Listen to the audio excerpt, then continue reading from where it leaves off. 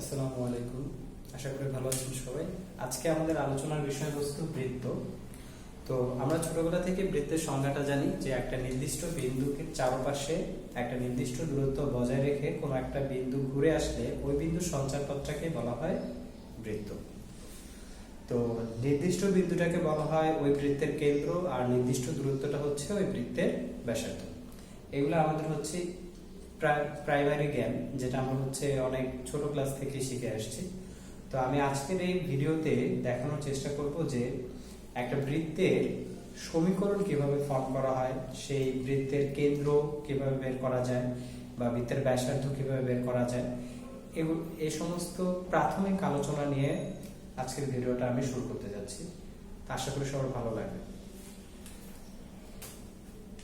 আমরা ধরে নিলাম আমার যে নির্দিষ্ট বিন্দুটা হচ্ছে আমার h, কে। এই বিন্দুকে কেন্দ্র করে একটা নির্দিষ্ট দূরত্ব r বজায় রেখে একটা বিন্দু ঘুরে আসছে। সেই বিন্দুটার নাম দিলাম আমরা p বিন্দু x, y। এই p বিন্দুটা h, k বিন্দুর চারদিকে সর্বদা r একক দূরত্ব বজায় রেখে ঘুরে আসছে।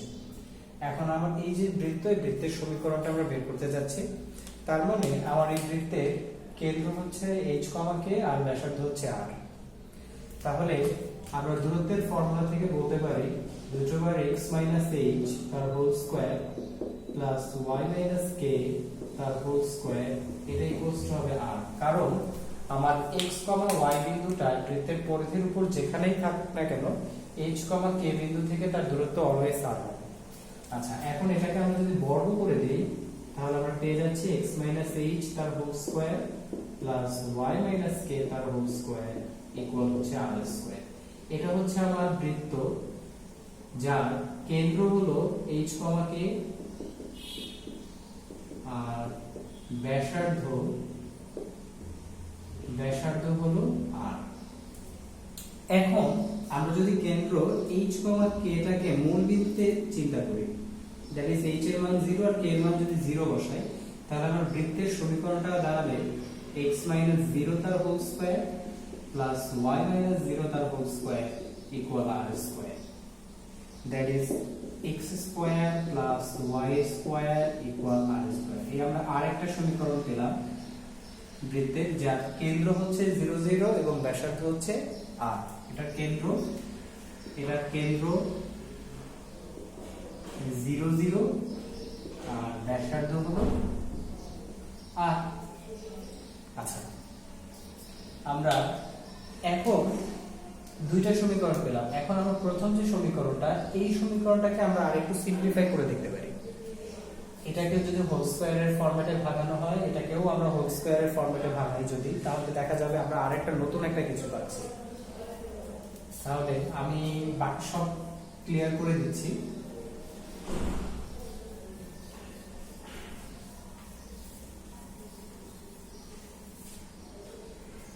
এটাকে a - b হোল স্কয়ার সূত্রে ভাঙালে হবে x square plus h square minus twice hx plus y square plus k square minus twice yk equal r square.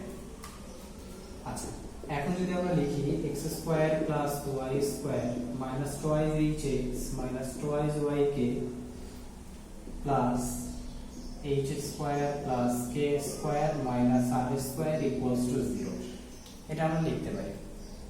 এখন x square plus y square plus 2gx plus 2fy plus c equal 0।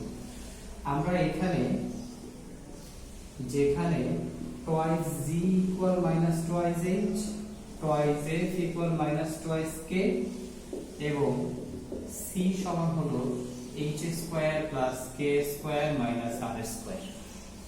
আমরা এই সমীকরণটায় minus twice h এর পরিবর্তে twice g consider করলাম, minus twice y এর পরিবর্তে twice f, আর h square plus k square minus r square এটার পরিবর্তে c consider করলাম। এতে দেখা যাচ্ছে আমরা নতুন একটা ইকুয়েশন পাচ্ছি x square plus y square plus 2gx plus 2fy plus c equal 0।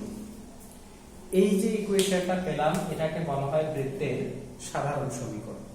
এখন এই সাধারণ সমীকরণের কেন্দ্র আর ব্যাসার্ধ কি সেটা আমরা দেখব। তার মানে বৃত্তের সাধারণ সমীকরণ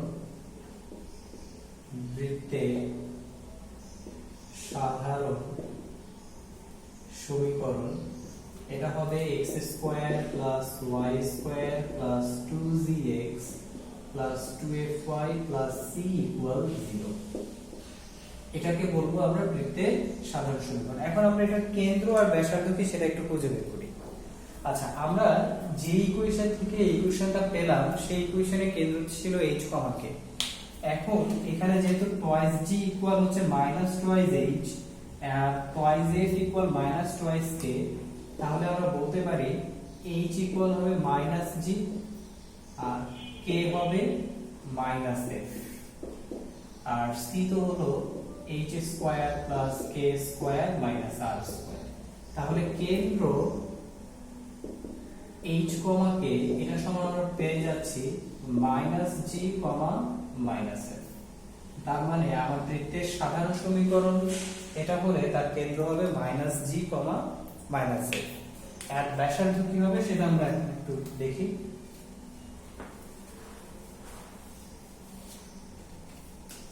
আবার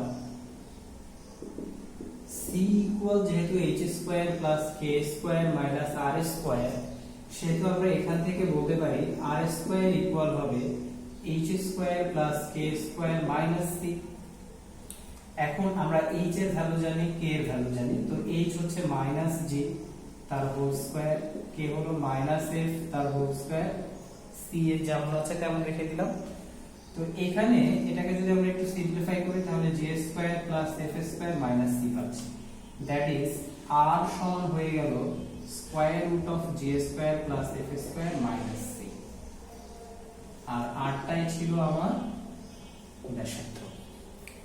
আমরা তাহলে বৃত্তের সাধারণ সমীকরণ পেয়ে গেলাম, কেন্দ্র পেয়ে গেলাম, ব্যাসার্ধ পেয়ে গেলাম।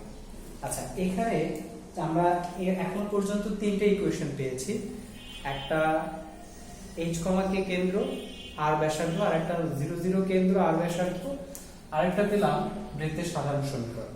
এখন এই তিনটে সমীকরণের দিকে যদি আমরা একটু ভালো করে লক্ষ্য করে দেখা যাচ্ছে তিনটা সমীকরণে হচ্ছে x এবং y চলকের দ্বিঘাত সমীকরণ। তিনটা সমীকরণে x স্কয়ার এবং y স্কয়ারের সহগ সেম, এবং তিনটা সমীকরণে xy যুক্ত কোনো পদ নাই। এটা খুব ইম্পর্টেন্ট একটা ব্যাপার।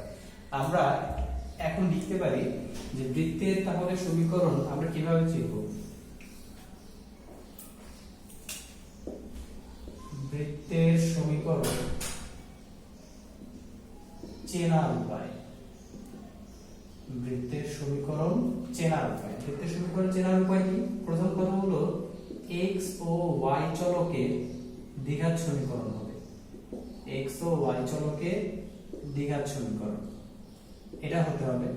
নাম্বার 2, x স্কয়ার এবং y স্কয়ারের সহগ সমান হতে হবে। নাম্বার 3, xy যুক্ত পদ অনুপস্থিত থাকতে হবে। অনুপস্থিত মানে হচ্ছে xy যুক্ত কোনো পদ থাকতে পারবে না। তো যদি আমরা কোনো একটা সমীকরণে এই তিনটা জিনিস খেয়াল করি তাহলে বুঝতে পারবো ওই সমীকরণটা বৃত্ত নাকি বৃত্ত না। আচ্ছা, এখানে আরেকটা কথা বলে রাখি, যদিও আমাদের তিনটা সমীকরণে x স্কয়ার এবং y স্কয়ার সব 1 আসছে, কিন্তু কখনো যদি দেখা যায় যে x স্কয়ার আর y স্কয়ার সহগ 1 না হয় দুটোটাই 2 বা দুটোটাই 5 বা দুটোটাই 3 হচ্ছে, তাহলেও কিন্তু আমার এটা একটা বৃত্তের সমীকরণ হবে। কারণ আমার x স্কয়ার এবং y স্কয়ার সব যদি সমান হয় সেটাকে ওই সংখ্যাটা দ্বারা ভাগ করে দিয়ে আমরা 1 বানিয়ে নিতে পারবো। আচ্ছা, এখন আমরা আরেকটু আলোচনাটা একটু দীর্ঘায়িত করতে চাই। আমরা যে বৃত্তের সাধারণ সমীকরণটা পেলাম, বৃত্তের সাধারণ সমীকরণ x square plus y square plus 2gx plus 2fy plus c equal 0, এটা আমরা পেয়েছি। যার কেন্দ্র হলো মাইনাস g, মাইনাস f, ব্যাসার্ধ হলো r equal root over g square plus f square minus c। তার মানে আমার রুটের ভিতরে আমরা জানি যা থাকে তারা কি হয়, তারা অলওয়েজ হচ্ছে নন নেগেটিভ নাম্বার হতে হয়, আর কারণ বর্গমূল আবার ঋণাত্মক সংখ্যার জন্য সংজ্ঞায়িত না। তার মানে আমার রুটের ভেতরের জিনিসটা হচ্ছে নন নেগেটিভ ভ্যালু হতে হবে। অর্থাৎ আমার যদি G square plus F square minus C এর ভ্যালু লেস দ্যান 0 হয়, তাহলে আমরা একটা কাল্পনিক বৃত্ত পাবো, কল্পনার জগতের বৃত্ত। আমরা কল্পনার যে সমস্ত বৃত্ত নিয়ে খেলাধুলা করতে পারি সে সমস্ত বৃত্ত পাবো।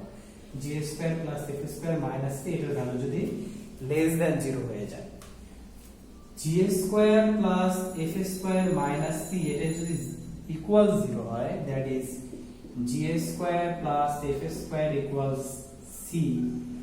তো তার মানে ব্যাসার্ধটা আমার যদি 0 হয়ে যায়, তখন আমরা সেটাকে বলবো বিন্দু বৃত্ত। তখন সেই বৃত্তটা হয়ে যাবে আমার বিন্দু বৃত্ত বা পয়েন্ট সার্কেল। দ্যাট ইজ তখন আমার এই যে পুরো বৃত্তটা, এটা তো আমার কেন্দ্র মাইনাস জি মাইনাস এফ, আমার দূরত্ব আর, এটা আস্তে আস্তে কমতে কমতে শুধুমাত্র জি বিন্দুতে এসেই পতিত হবে। যদি আমার ব্যাসার্ধ আর টেন্ডস টু যদি 0 হয়, আর এর মানটা যদি আস্তে আস্তে কমতে থাকে, তখন তার মানে কি বৃত্তটা ছোট হতে থাকবে। ছোট হতে হতে হতে হতে যখন আর এর মান 0 হয়ে যাবে, তখন শুধু কেন্দ্রটাই অবশিষ্ট থাকবে, এবং সেই অবস্থাটাই হচ্ছে বৃত্তের বিন্দু বৃত্তের অবস্থা। আচ্ছা,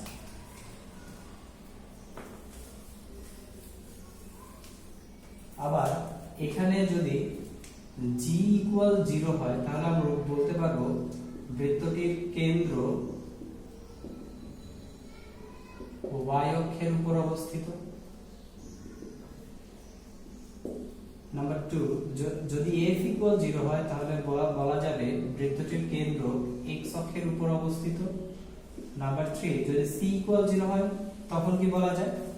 c ইকুয়াল 0 হলে দেখা যাচ্ছে যে আমার c পার্টটা যদি না থাকে, তাহলে আমার এই যে সমীকরণ লেফট সাইড যেটা থাকে, সেখানে x এবং y এর ভ্যালু যদি আমরা 0 বসাই দেই, তাহলে আমরা এটা 0 0 বিন্দু দ্বারা সিদ্ধ হয়ে যায়।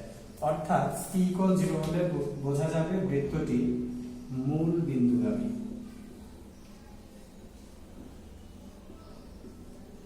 c ইকুয়াল 0 হলে বৃত্তটি মূল বিন্দুগামী। আজকের মতো আলোচনা এখানেই শেষ। পরের কোন এক পর্বে দেখা হবে। আল্লাহ হাফেজ।